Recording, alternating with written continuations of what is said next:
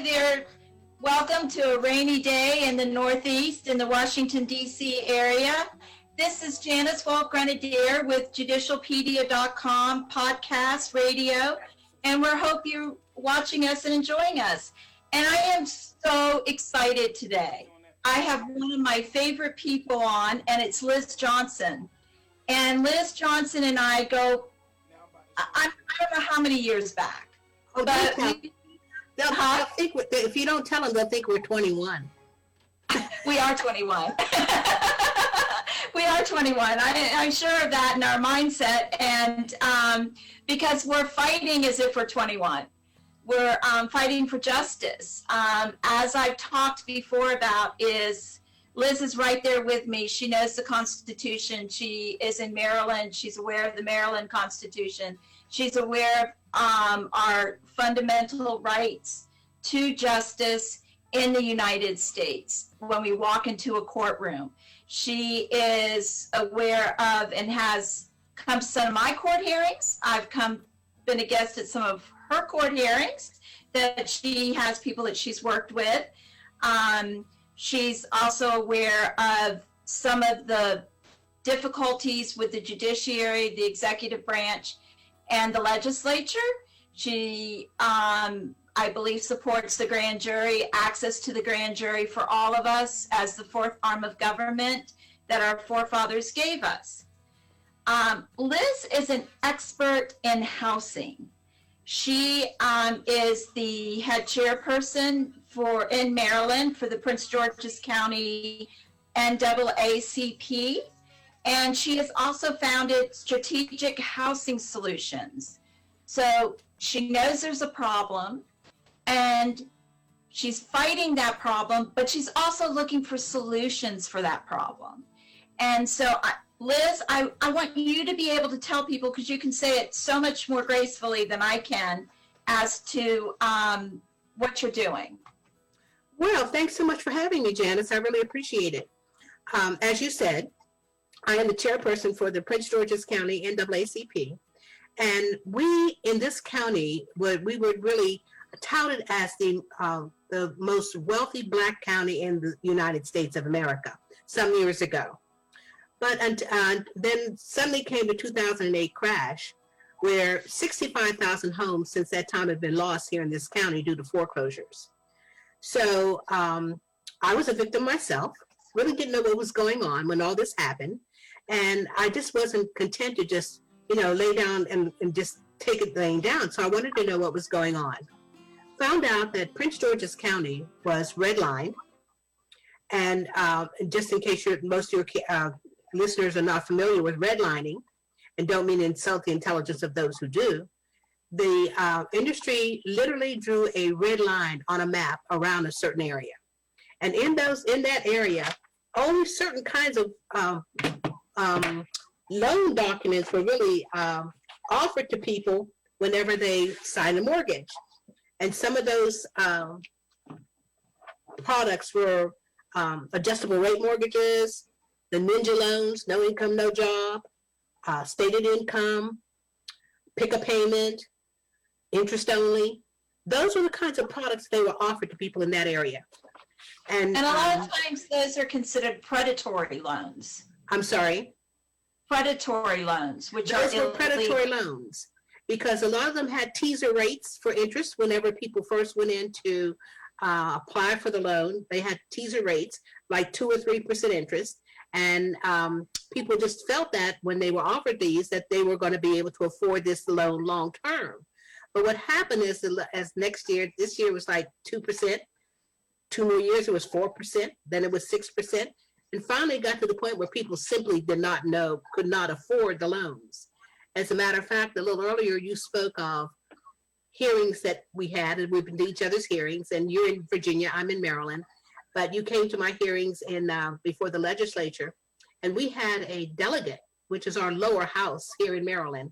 One of the delegates even said himself that he was a victim because he had been given a loan, felt that he could really afford it, and he too was priced out of the house until he got a modification from Bank of America, which of course modifications is a whole nother subject.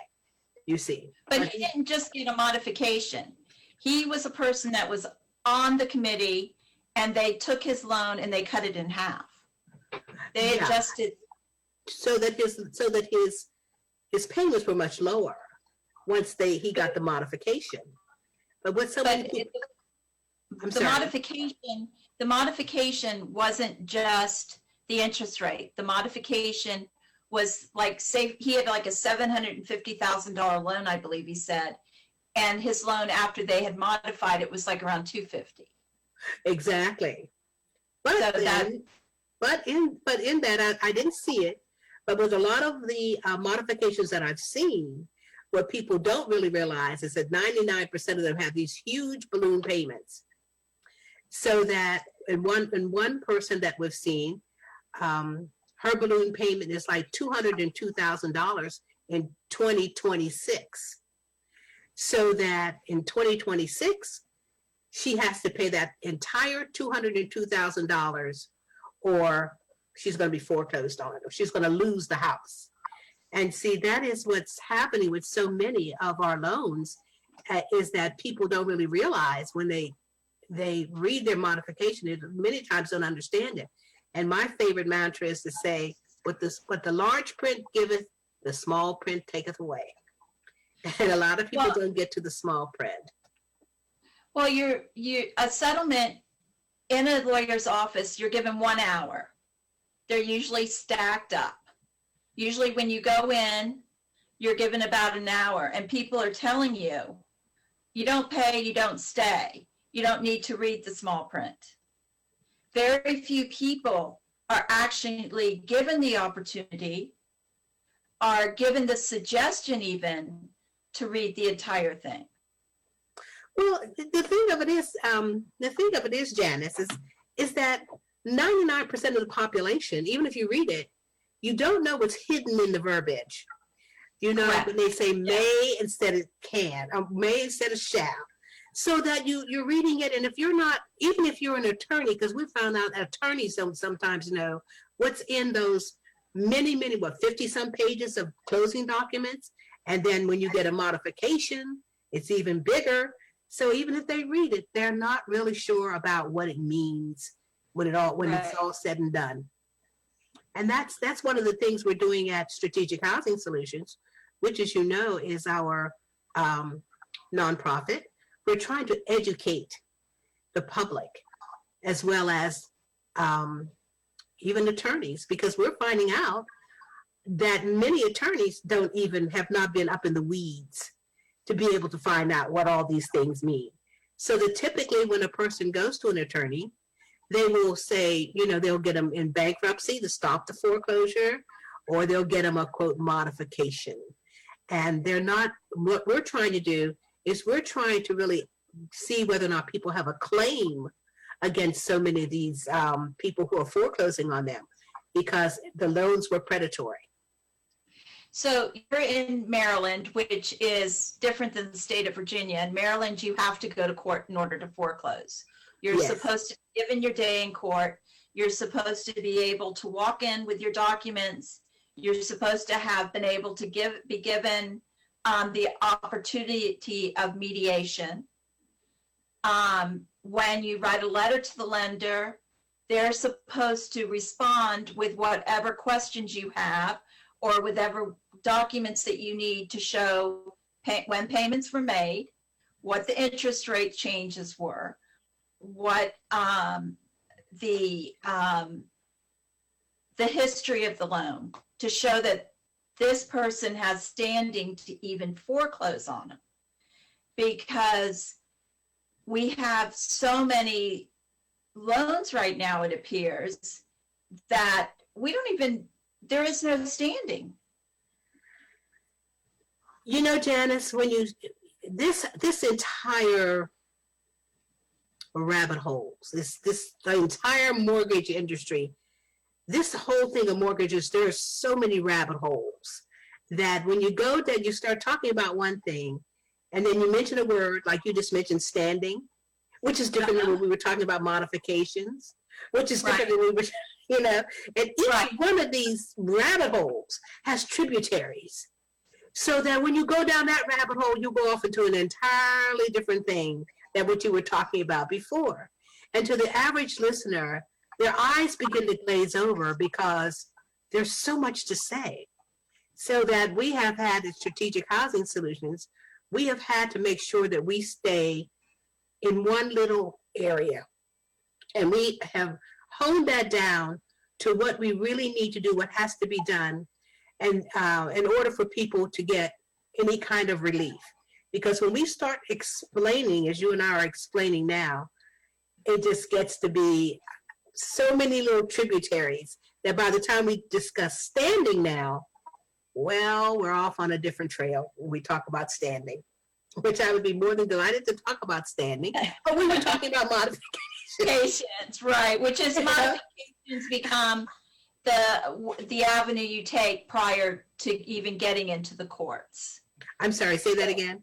The modification is something you would work on prior to getting even into the courts, getting into the mediation or anything. So maybe we should take a step backwards and talk a little more about modification and what your team and what your company Strategic Housing Solutions can do for people.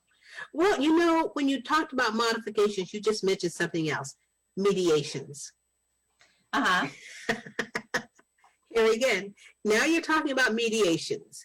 And that I like to go there because that comes before the modification. Okay. Here in Maryland, there are laws that require, that give you an opportunity to have a mediation. But then the mediation is nothing that you learn in the mediation can be taken into court. And we have found, and our legal team has done almost 500 mediations, have attempted to do 500 mediations. And then the banks don't even bring the papers that are prescribed by law for them to bring to the mediation. And whenever we tell the administrative law judge, such as the case, well, it's like, oh, well, that's not really necessary. Let's just go on. But it is necessary for them to bring those kinds of documents into the mediation. So when they don't do that, then of course it's like they can check that box off. It's just as if the lenders have, or the person that's coming after you has a checklist.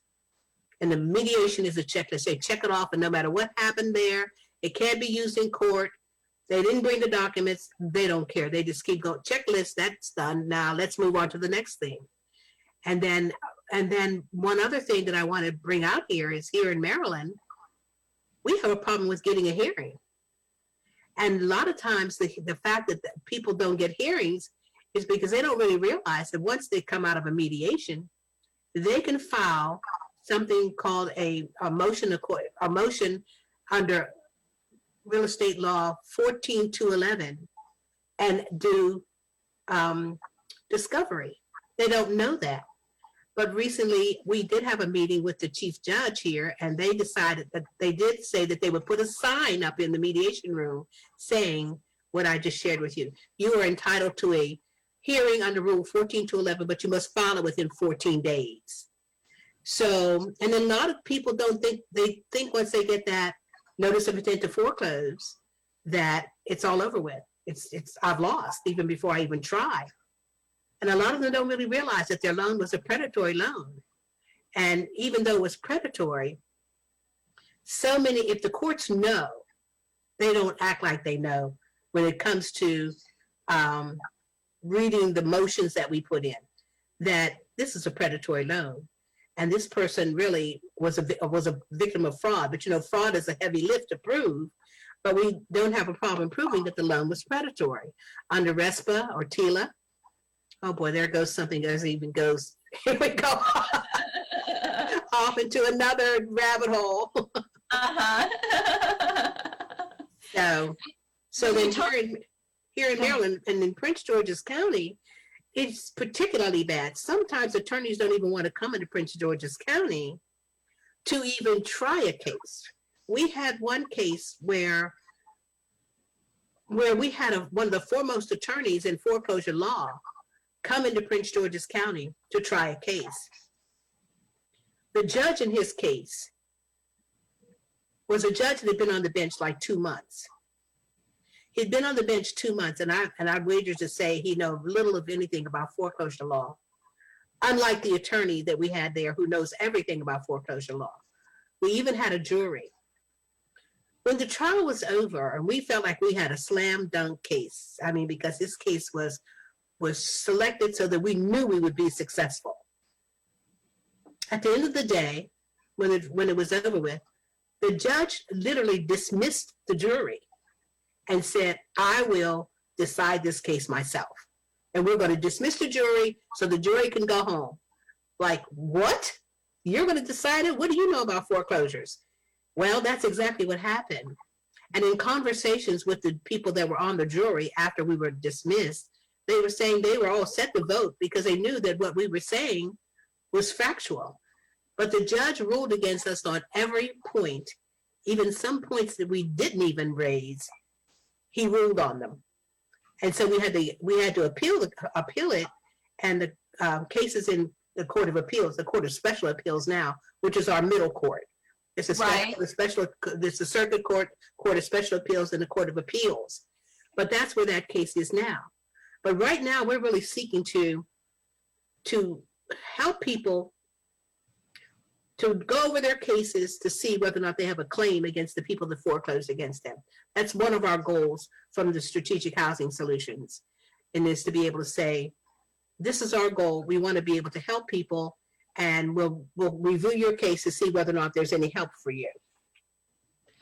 So you're saying in Maryland, and tell me if I have this wrong, that mediation, you have that before you have the opportunity to do a modification? Yeah, well, you probably have the opportunity to do the modification before you go to the mediation, but the chances are that's not where it comes up in the line of check boxes, you see.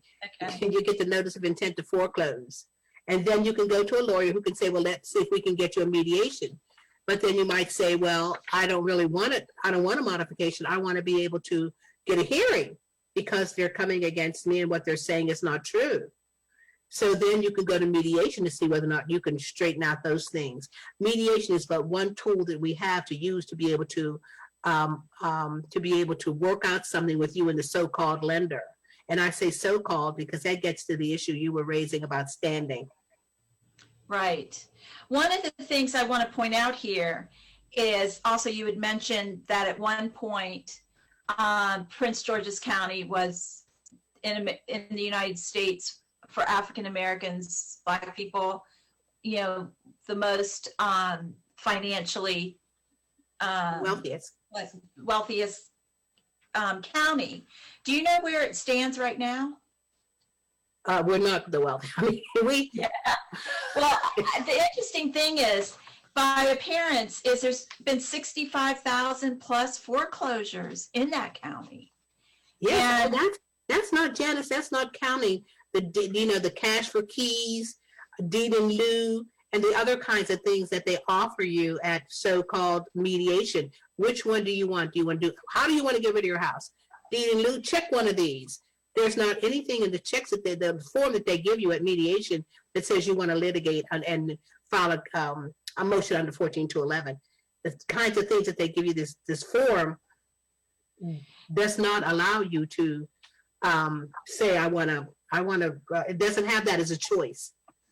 So one of the things that through all of these big settlements our government has had with the banks and the billions of dollars that were supposed to come back to the homeowners to lower the payments, I've only heard it of one, and that was the person that was sitting in the legislature voting for or against laws that these bankers were asking for to give them more leverage to foreclose on other people. Have you ever heard of another one? No, we haven't, unfortunately.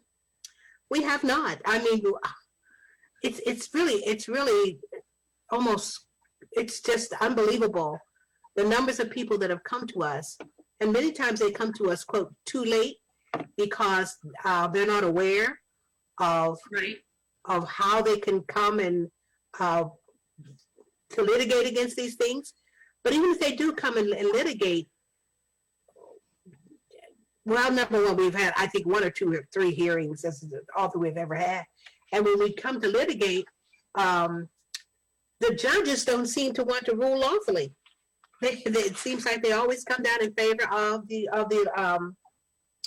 bank. I'm looking around here on my desk because I'm looking for a number. Janet Phelan, who is also a person who is out there and fighting for justice and whatnot.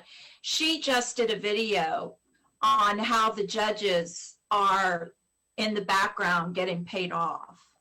And she has information, and in her video, and I'll try to find the link to that video. It's a short video. But what she states that she's found is these judges own their homes, and they go out and mortgages on the homes. And then within 2 or 3 years, those mortgages disappear. And then they get another mortgage. And that mortgage disappears. Now, I don't have this information. This is information that she's put out there. I have helped her research different judges and different houses in the Fairfax area. I don't know what she did with the research I had given her, and I haven't really kept in touch with her about that research. But I was just watching her video, and one of the things that people need to understand with the Constitution is they have the right to a speedy trial. They have a right to a jury trial, especially when it comes to your property. They have the right not to be in fear of walking into a courtroom and being treated unfairly. It's one of our freedoms. Now, actually, right before I got on this, when I was doing a little bit of extra research, I found this mortgage foreclosure filings in Maryland, a study by the Reinvestment Fund for the Baltimore Homeowners Preservation Coalition. Have you ever seen this? Kind of. You know, your voice dropped down. Oh, I'm sorry. Read it, Janice, because I can't say. Okay. It's the mortgage foreclosure filings in Maryland, a study by the Reinvestment Fund for the Baltimore Homeownership Preservation Coalition. And it's about 97 pages. I didn't get to read it all.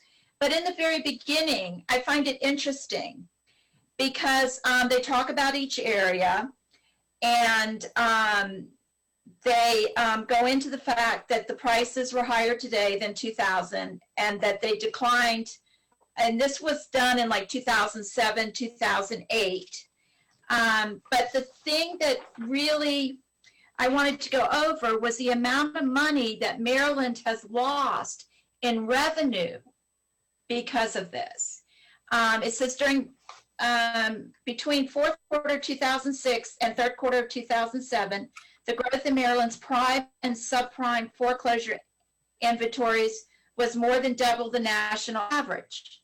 During the same period, Maryland's growth rate in the prime ARM foreclosure inventory was remarkable 211.1%, almost double the national rate. In some prime ARM foreclosures inventory, growing at 151.1%, also nearly doubled the national rate. Maryland's inventories in both instances were still below the national average, but the growth rates significantly concerns. The city of Baltimore, with about 4.5% of the state's taxable real estate property in Baltimore residents, will lose approximately $122 million in property-related wealth. Let's see here. These are just some of the things I thought were interesting, that they had 17% of its borrowers in default, that in Montgomery County, in 2000, there were 1,474 foreclosure filings. In 2005, it dropped to 829, and in 2007, it was 3,000. It goes on to talk about Prince George's County, with about 11.4% of the state's taxable real property, residents will lose approximately $310 million in property-related wealth. Now, this is 2007. So this is barely getting there based on filings part of 2007, with 60% or more African Americans. And then they go on to talk about how much money is lost, you know, for the government, for the, you know, for schools and things like that. It's an interesting, like I said, it's 97 pages. I'm only giving you a few of the details. I'll forward it to you. But it shows that wasn't even the beginning. That was just the beginning of it. So now we're down to over 65,000 in one county. We're not talking about Baltimore. We're talking about a county that has a metro from DC into it and is not growing. So when you talk about redlining, you're not just talking about the mortgages. They've basically put a pillow on Prince George's County and are suffocating it, it seems like. Well, that's a very interesting observation, Janice, because I personally, we're like a 3-person shop for my committee. And so that a lot of those kinds of statistics and things that you have, I'm sure are out there. We just don't have time to find them because, you know, like we have been concentrating on solutions.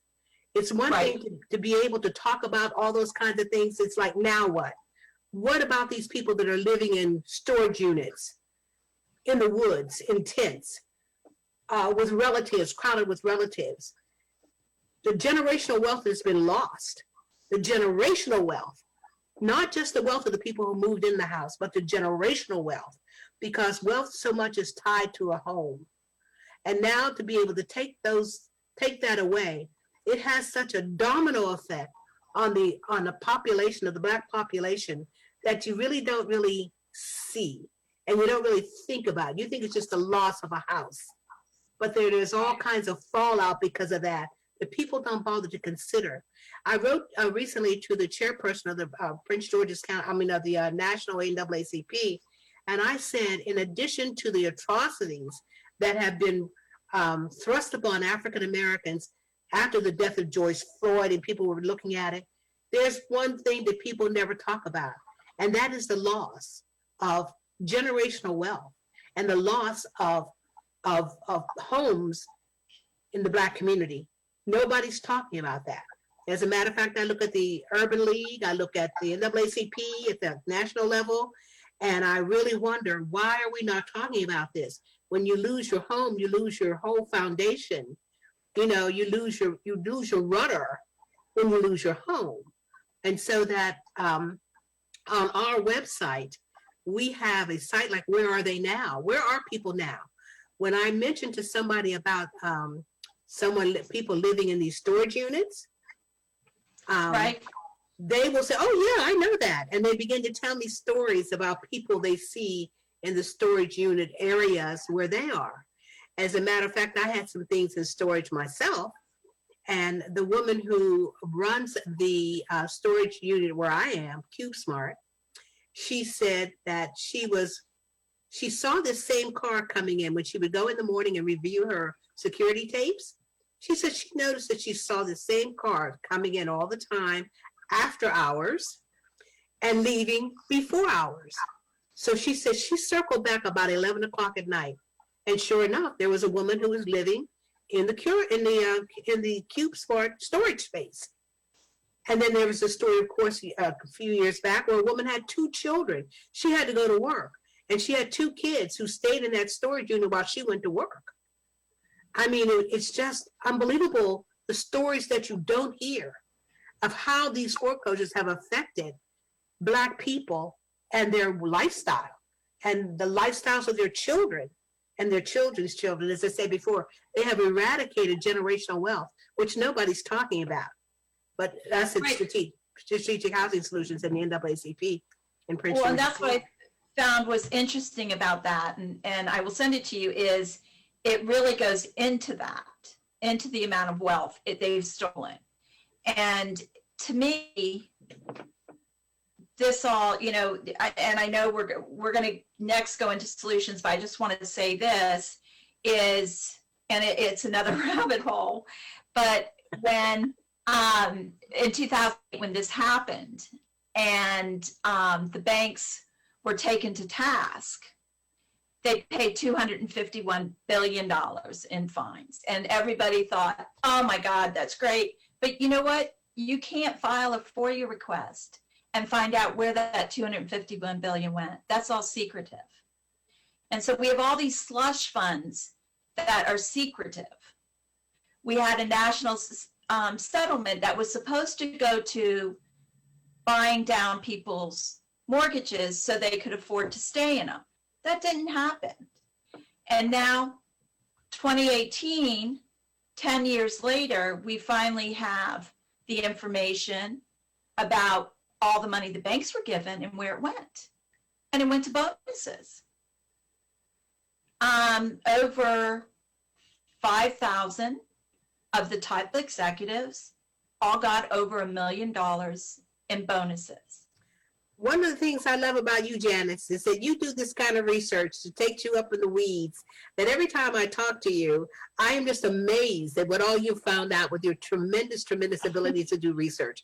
You know, I am so much on the human interest side of it, where I talk to people and try to find solutions to their problems. But I'm telling you, my hat's off to you. You do a great deal with this research. Thank you. And every time I talk to you, you lay these numbers on me, and this research that you've done is like, wow, really, really? And you know what? I think that if judges and the powers that be, legislators, were to listen to what you have to say and be able to really be able to put that in perspective of what it means even for their lives. Because like here in Prince George's County, I will bet you. Are you there? Yeah, we're here. I lost you. I'm looking at Zoom. No, I see you. I see you. You're still on there. Well, that is really something, because all I see right now on my screen is the word Zoom in blue letters. Okay, well, just keep talking because we can see you. I will. I'll just keep talking because I don't know what the heck happened. Technology. Yeah, I know. I wish that I had a 12-year-old here. So that I would bet you that so many of these legislators, you know, that they're just ashamed to talk about it, ashamed for people to know that they are in these straits. But here in this county, I would bet you the overwhelming majority of these people living in the big fancy houses probably are similarly affected by these foreclosures. Because, as I said before, the majority of the loans that were let in this county were predatory loans. And so I dare say that they probably have a predatory loan, and maybe they don't even know it, or maybe they do know it, or they've gotten a modification, and the modifications are more predatory than the loans themselves. I mean, it's unbelievable. I don't know whether or not you've seen this book. Can you see this book?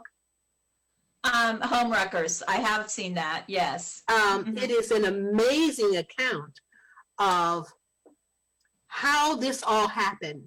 And then there's currently something I believe that you can get online called the Con. Yes, and they actually, I've seen it a few times, start with a story, and they tell one story of a homeowner and plug in other stories of homeowners, go into the facts. They really go into the weeds. One of the people that actually helped with that is Mark Dam. And Mark is he was the Attorney General in Ohio. He saw the issues, and he tried to have a meeting with all the other Attorney Generals to try to, according to him, work in favor of the public. Apparently all the Attorney Generals got together, but as we know, the Attorney Generals all got paid off. There were, here again, there was with Lynn Simoniak, with her settlement, that's all now public, is it shows the states that were involved in it, which Virginia was, and I'm assuming Maryland was, but you should never make assumptions. Oh, no. But I think all the attorneys general were. All the attorney generals took money to stay silent. And again, oh, I don't know that.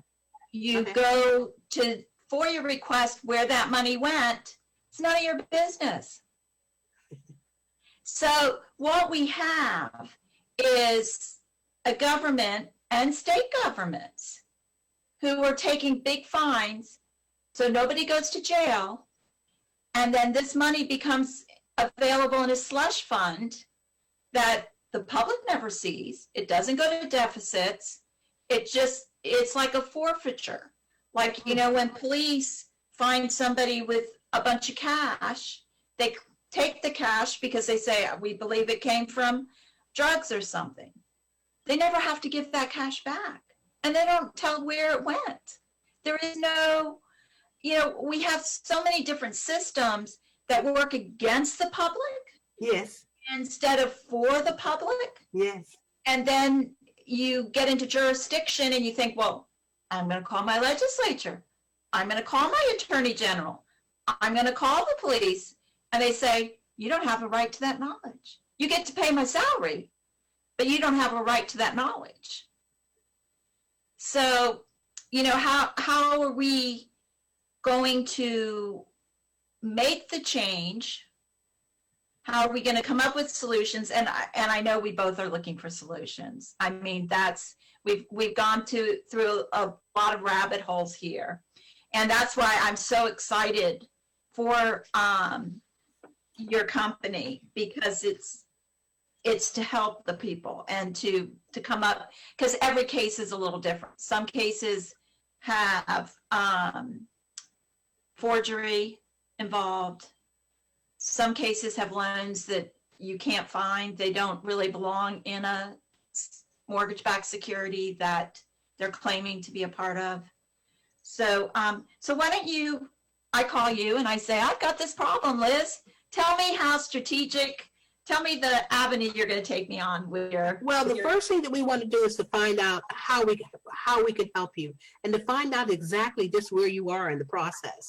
As I said before, we have people really I just had a woman call me today. She's 2 months behind. Her mother died and she had some other complications, and she was 2 months behind in her mortgage. Well, that's kind of like a good thing, because she had just gotten her notice of intent to foreclose. What we do then is to be able to look at your paperwork and everything and find out whether or not what is involved. How legal is it? What did they do wrong? Did they do something wrong? If not, then we can go and look at that and then refer you to one of our attorneys who can look at your case and see how they're going to proceed to get you justice in the courts. Now, one of our goals, as I said before, is to be able to do this kind of thing that we're doing right now, is to bring up the subject to see if we can work with the mortgage industry. We got to work with the judges, because we've got to be able to find some way people get justice, because it seems as though that the world is not talking about this anymore. People just cannot get justice in the courts. So part of what we're doing is we're trying to see if we can start a dialogue to get this word out, so that we can start people talking about and bringing up the issue of judicial ignorance about what's going on here. And so, or to see exactly with the mortgage industry and what's happening. There's another rabbit hole. The mortgage industry, and to be talking with the mortgage industry to be able to find out, hey, look, how can we make this simpler for people, make it user-friendly, this whole mortgage process? But to be more responsive to your question, we would be able to refer that person to our lawyer. The first thing they do, we go in and we talk to our paralegals. And our paralegals, as I said, try to really find out everything about the case, because sometimes it's not exactly how the person, the homeowner, says it is. So they've got to look and see exactly just whether or not we have a course of action and what that is. And then, as I said before, they in turn will refer to the attorneys, and the attorneys will go from there in terms of litigation, or how they can go to your so-called lender. But in 99% of the cases, oh boy, here, this gets to that standing issue you're talking about, we were just talking about. One of the things that they will look at is the standing issue to see whether or not the person that's foreclosing on you is a person who has standing to foreclose on you, and a number of other things that the lawyers look at. One of the things I try not to do is to get into the legal aspects of things, because that's not my lane. So, but to answer your question, that's what we will do. But it's nice to be able, when people call, it's nice to be able to have something set up so that we do have an avenue down which we can take people. So, your question was a good one. So one of the things that I like about your site, which is one of the things I like about my site, is you have portals. You have a place and a form for people to fill out so that you have some knowledge when they call you or when you get back to them. I noticed that you have 2 portals on there with forms, and for people to be able to fill out exactly and give you a little bit of history. And this is where I see us, how we work together and how we complement each other, is you have the portal of that.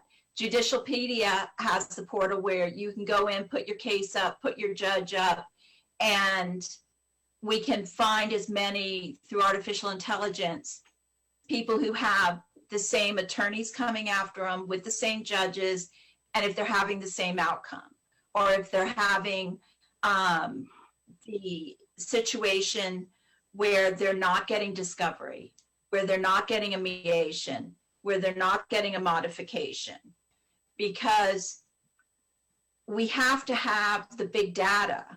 We've got the big data of judges calling us frivolous, vexatious with filings.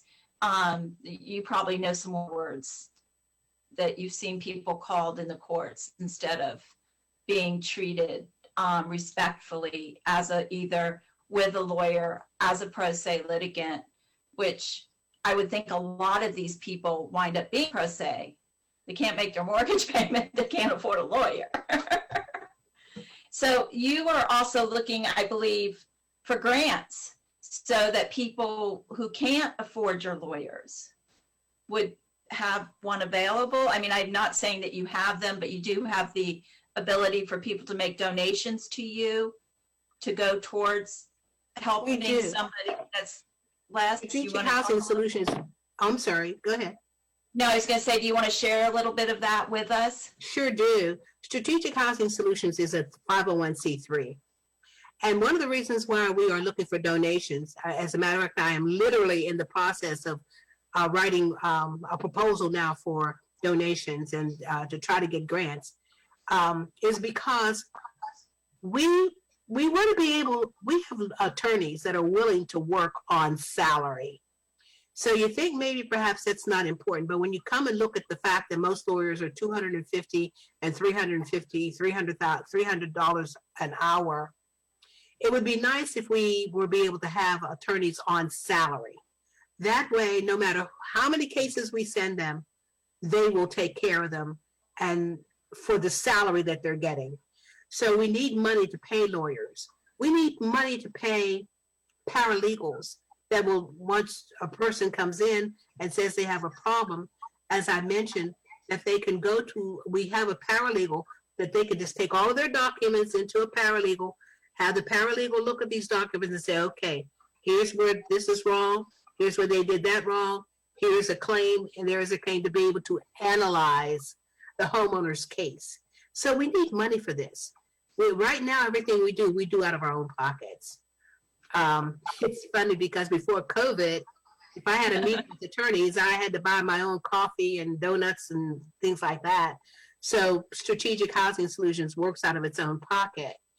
So we do need money so we can carry on this battle. And the only way that we really know how to do that is if we have a grant. So we're getting our grant proposal together so we can go out and begging. Well, we all know there's a lot of money right now for social justice, and this definitely, the housing and having a roof over your head, no matter who you are, is important.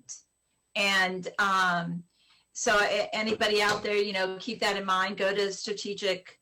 Okay, I'm going to have a moment here. It's Strategic Housing Solutions Incorporated. Well, no, it's not incorporated. It's actually, thanks a lot for saying that. It's Strategic Housing Solutions with an S, INC.org. .org, okay. Yeah, that's Strategic Housing Solutions with an S, INC. That's Ida, Nellie, Charles, INC.org. Okay. And the phone number, if you wanted to call and leave a message, the phone number is 301-291-5480. Wait a minute, hold on, I'm sorry. Okay, that's okay. I'm so sorry. I'm on a Zoom call. Can I call you back?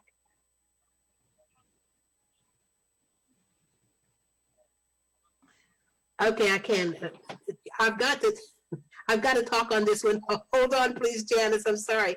Okay, so I'm going to go ahead and talk right now, and I'm going to talk more.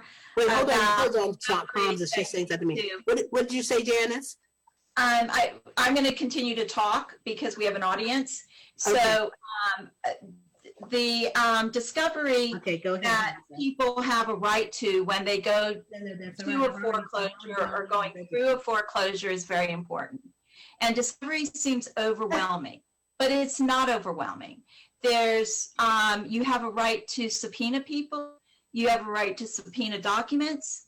You have a right to subpoena people to the hearing and ask them questions. So you always want to be able to know your rights. And that's one of the things through JudicialPedia that we want to help you to know your rights. And if you look at our website, we have on there several different websites we still want to get up there, so we're also looking for donations and help.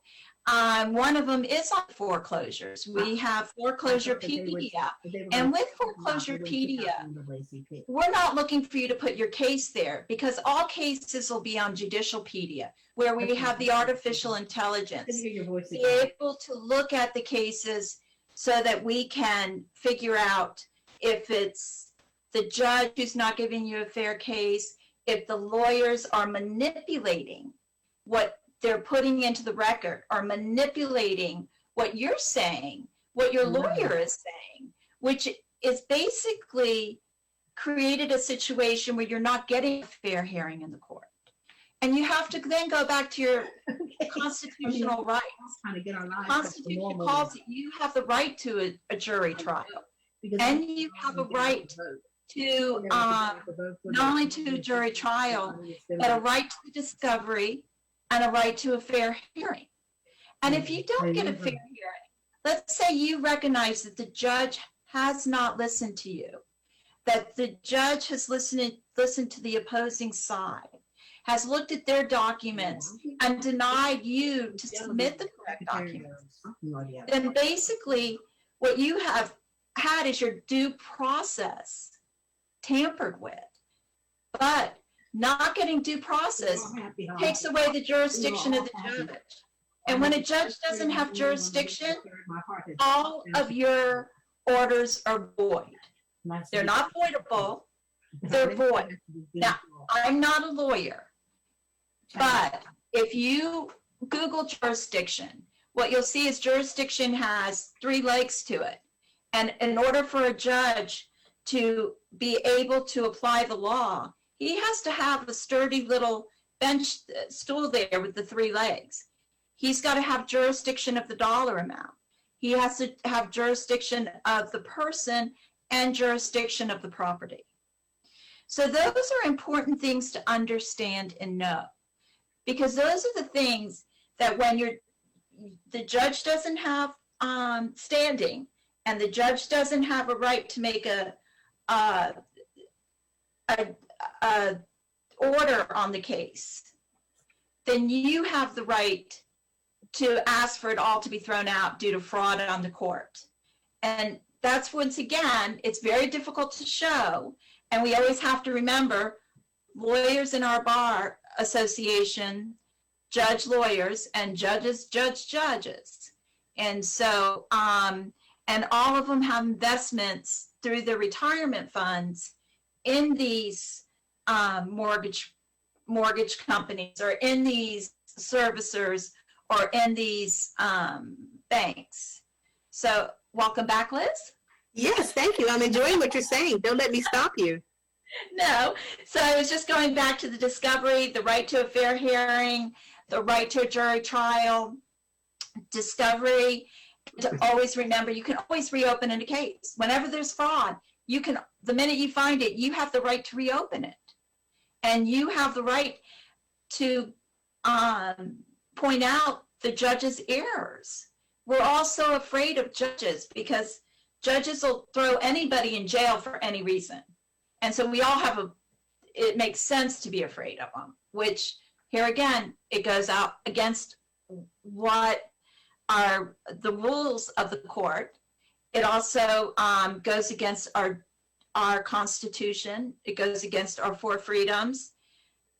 But with judges judging judges, you know, it's a real problem. But people are standing up and they're speaking out more and more in their fight for justice. So what would you find, Liz, is the reason most people in the foreclosures where the opposing side's lawyers didn't have standing? Would you put more blame on those lawyers who created a fraud in the court by manipulating it with documents that didn't tell the whole story? Or with the judge who didn't allow the opposing side, their jury trial opposing side, to submit their documents that told their side of the story? Janice, it is just so difficult to really talk about.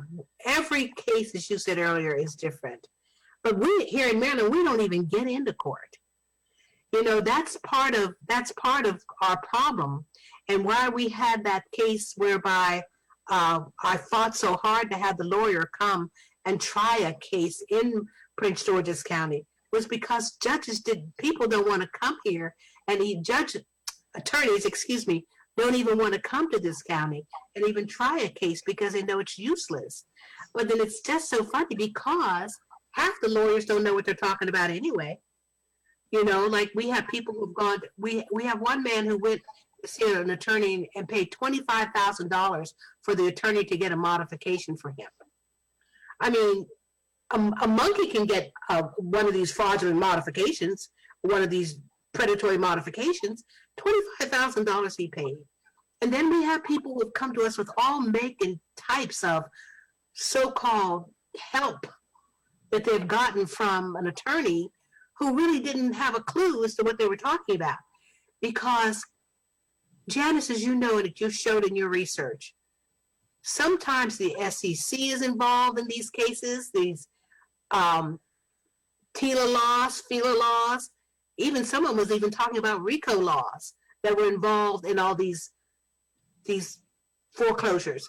You have to understand that we are fighting a mighty, mighty enemy when you're talking about Wall Street and the banks.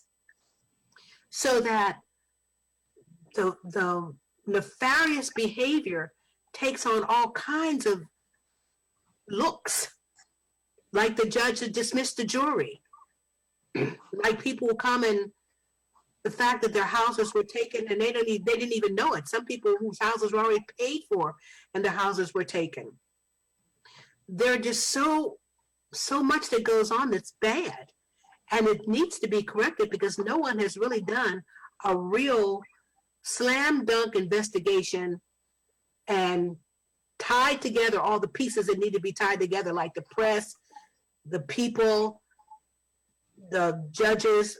Tie all of them together and say, look, we need to clean this up from the beginning because there's so much fraud at every level and so many gotchas for the homeowner.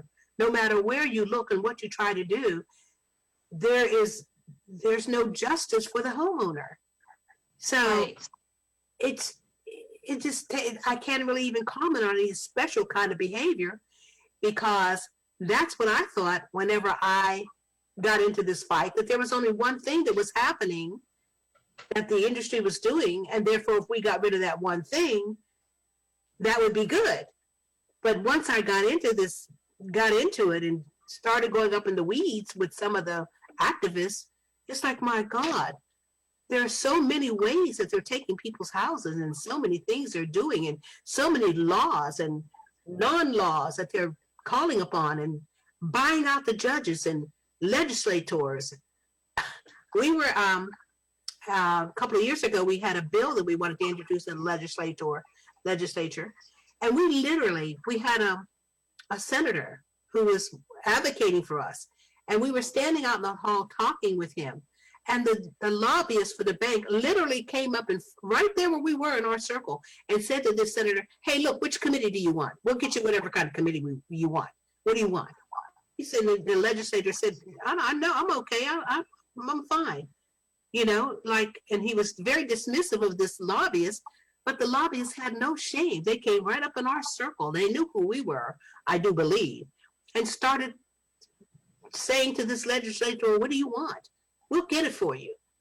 It's like they use their money, they do the campaigns, it's just so much that's going on until there's got to be a comprehensive look at the industry itself. Well, the other thing that runs into this, I think, is the insiders and how the houses are being sold on the county steps. Who's buying them? How they're buying them, how they're not following the rules that all of us have to follow. I know through being at some of your rallies and stuff outside the courthouse and at some of the sales, that there are some predatory and that some of the lawyers that are in court, Troutman Sanders, or now Troutman Pepper Hamilton Sanders, is involved with a gentleman by the name of Michael Martinez, who harasses people. Have you heard of much harassment that once it's advertised of people getting phone calls, letters, showing up at their door, having their house completely emptied, stories like this? Oh my God. I'm just trying to pick one to share with you. And maybe I'll tell this one of the grandmother who had her 2 special needs children. The so-called buyer, the person who said, okay, when you go for the auction, you got to put down a down payment. Then you don't really take the property, we'll tell you, till you pay all the money.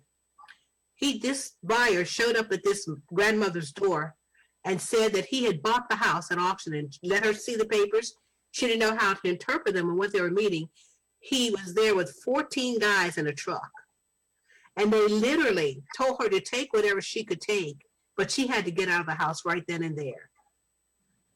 And she packed whatever, with her 2 special needs grandchildren, she packed whatever she could pack in her car and left.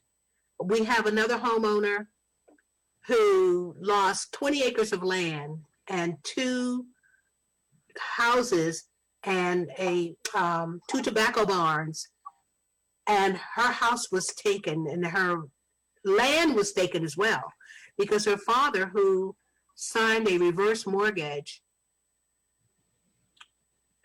I'm trying to make this a short story, make this long story short, signed a reverse mortgage, and he was mentally impaired because from a car accident. But on a foreclosure, somehow they turned that into a foreclosure, and they went and they took her land, the tobacco barns, and strangely enough, there was a cell phone tower on the property. And the very fact that the cell phone property was there, the cell phone tower was there, introduced another faction into the foreclosure to say that the foreclosure that went through was illegal. And this poor woman, they put her out of her house 2 weeks before Christmas, and there she was, sleeping in her car in her own driveway 2 weeks before Christmas. Finally, she got, a church took her in. Other than that, she had nowhere to go. She was literally sleeping in her car, as a whole bunch of people end up doing, staying in their cars. That's just 2 I can think of off the top of my head. But then there was the other eviction that I like to talk about. There was some time ago. This is way back when, and I don't even remember who the players were. But the sheriff came and evicted these people from this house that was illegally foreclosed on, and the mother was ill. They literally took the bed and everything out on the lawn and put the bed on the lawn and put the mother in the bed out on the lawn. Now, were these homes that were foreclosed on by the bank and then had been purchased, and so the person purchasing was doing this? Well, you know, Janice, here's the case whereby, as I said before, why we need paralegals to be able to look at these cases and look at everything that's in them to see just what happened and see whether or not there's a claim. All I know is the fallout from those foreclosures. And from what little I heard, knowing that nobody has standing that's foreclosing on these people, so that right there to me makes it illegal.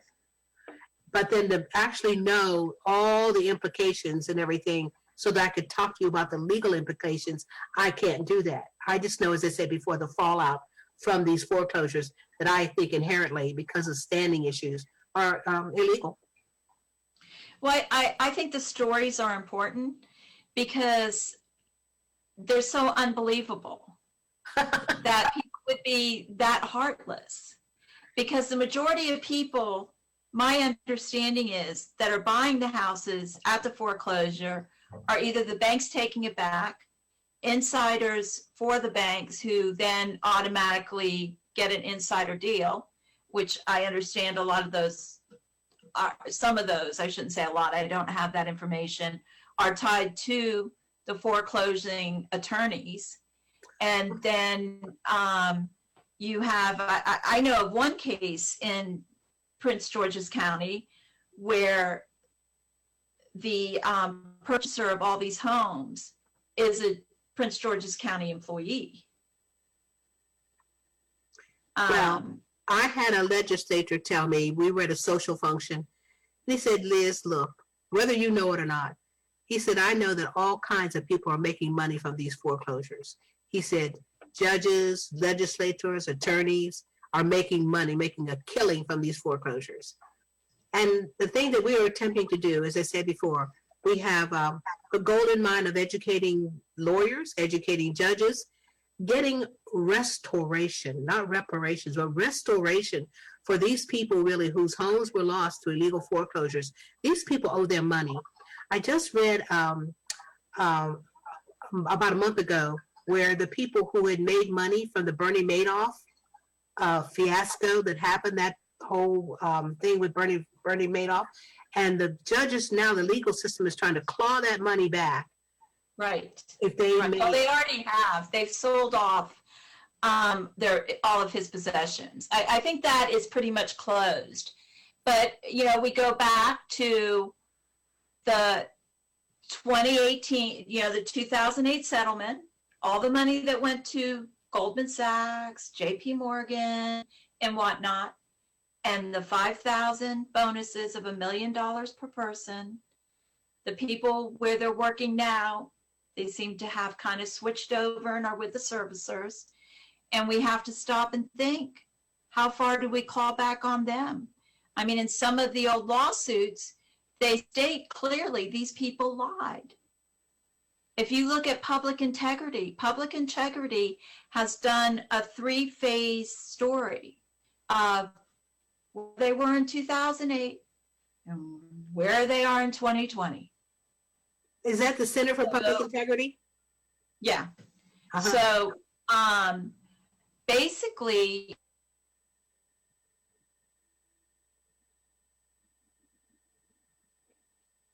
hello? Janice, you're gone.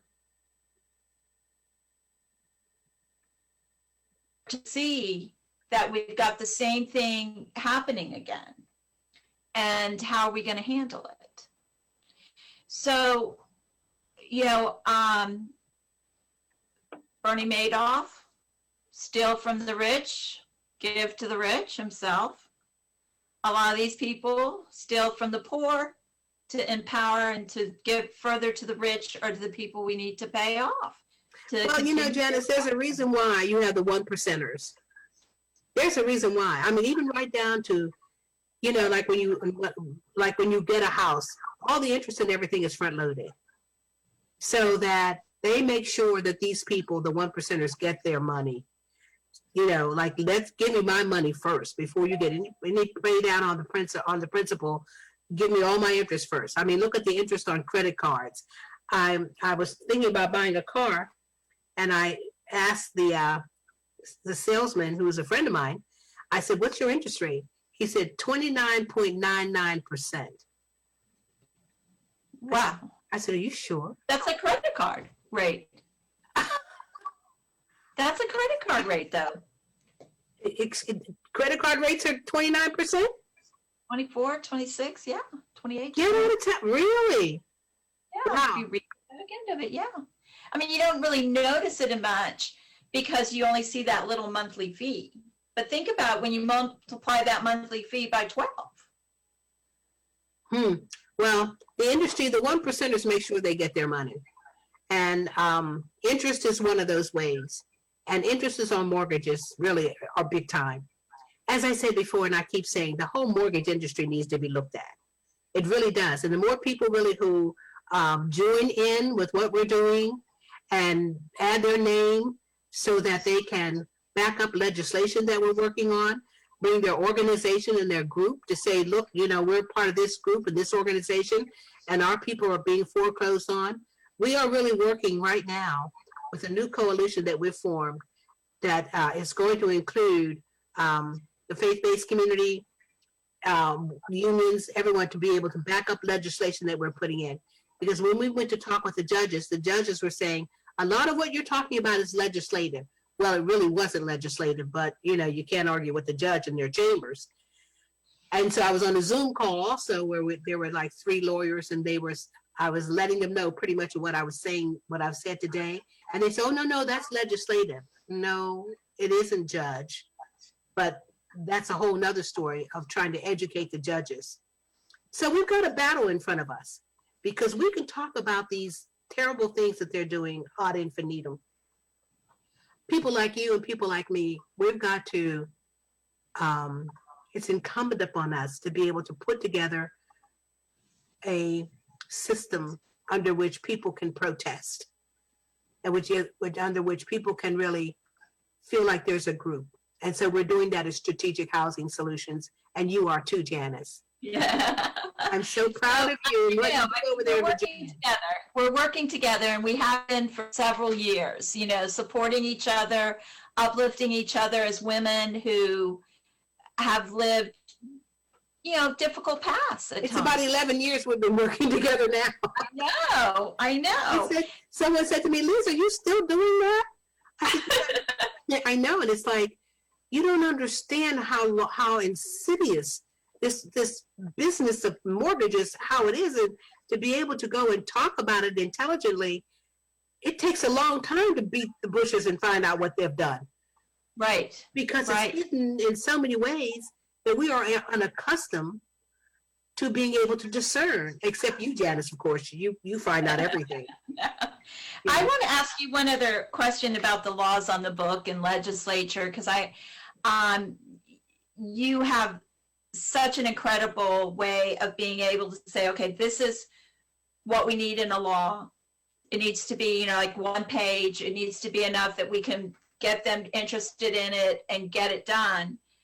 But don't we really have enough laws on the book that aren't being used and aren't being, the opposing side isn't being held accountable for? Absolutely. That's the reason why we're saying to the judges, the laws are already there to protect the homeowner. So now if you will just rule lawfully, and so then when they say that there's legislation, there are a couple of things that we need to do to tweak the existing laws in terms of being able to, for accountability, to making the industry accountable. There are a couple of things we have to do. But then, you know, we've got to have the people working with us together, working with us to make sure that the judges listen, because we have been on several television shows, radio shows, and even yet these foreclosures keep going. So that's the reason why we have come down with a new modus operandi of how we're going to attack this. And one of them really is to be able to get the public involved and get the public and behind the laws that we are advocating for, that we feel are very, very important, to be able to get the faith-based community involved and be able, as I said before, for them to bring their populations, because power to the people. And until the people get involved, we feel like we're just voices crying in the wilderness. Janice, I have a 4:30 Zoom. I've got to get ready for. Oh, no. We'll wrap this up right now. You can go to Strategic Housing to find more about Liz and her Housing Solutions, Inc. and JudicialPedia.com. If you've got a foreclosed home and you're in the court system, add it before you get that far. Add it so that we can share with Liz the different cases that maybe you didn't call her. Maybe you've felt nervous about having the money or anything in order to reach out to them.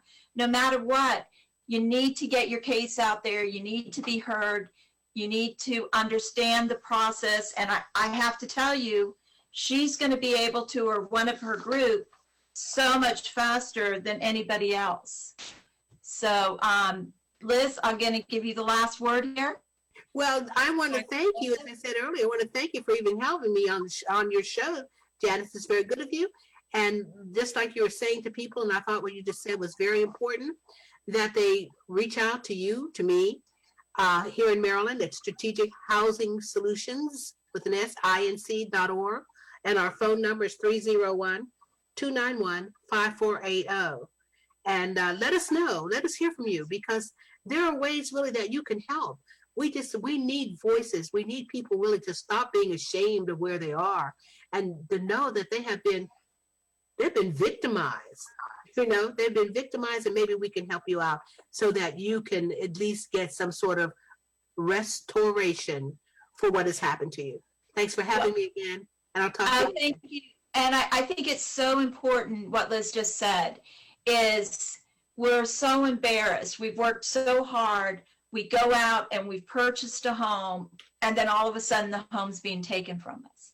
And we have to lose that embarrassment. We have to realize that bad things happen to good people, and that there is a way to fight the problem, to look at the whole picture and see if you've been a victim. If any of you out there have been a victim, please reach out to us. Let us know what's going on. And thank you, Liz. Thank you. I'm going to run now. Okay, bye. Talk to you later. Okay, bye. Tell Nick I'm going to call him back for my earphones. Okay, I will do that. Bye-bye. Bye. Thank you, everybody, for joining us today. We look forward to reaching out to you again soon. We've had some issues with Facebook, and so we're going to have to see when that soon will be, but we'll keep you updated. And remember, JudicialPedia.com. Add your case. It can be for guardianship, foreclosure, any of these issues, and we'll try to get you justice by looking to ensure that you get, through our Constitution, a fair trial with the rights and the discovery that you need. Thank you so much for joining us today.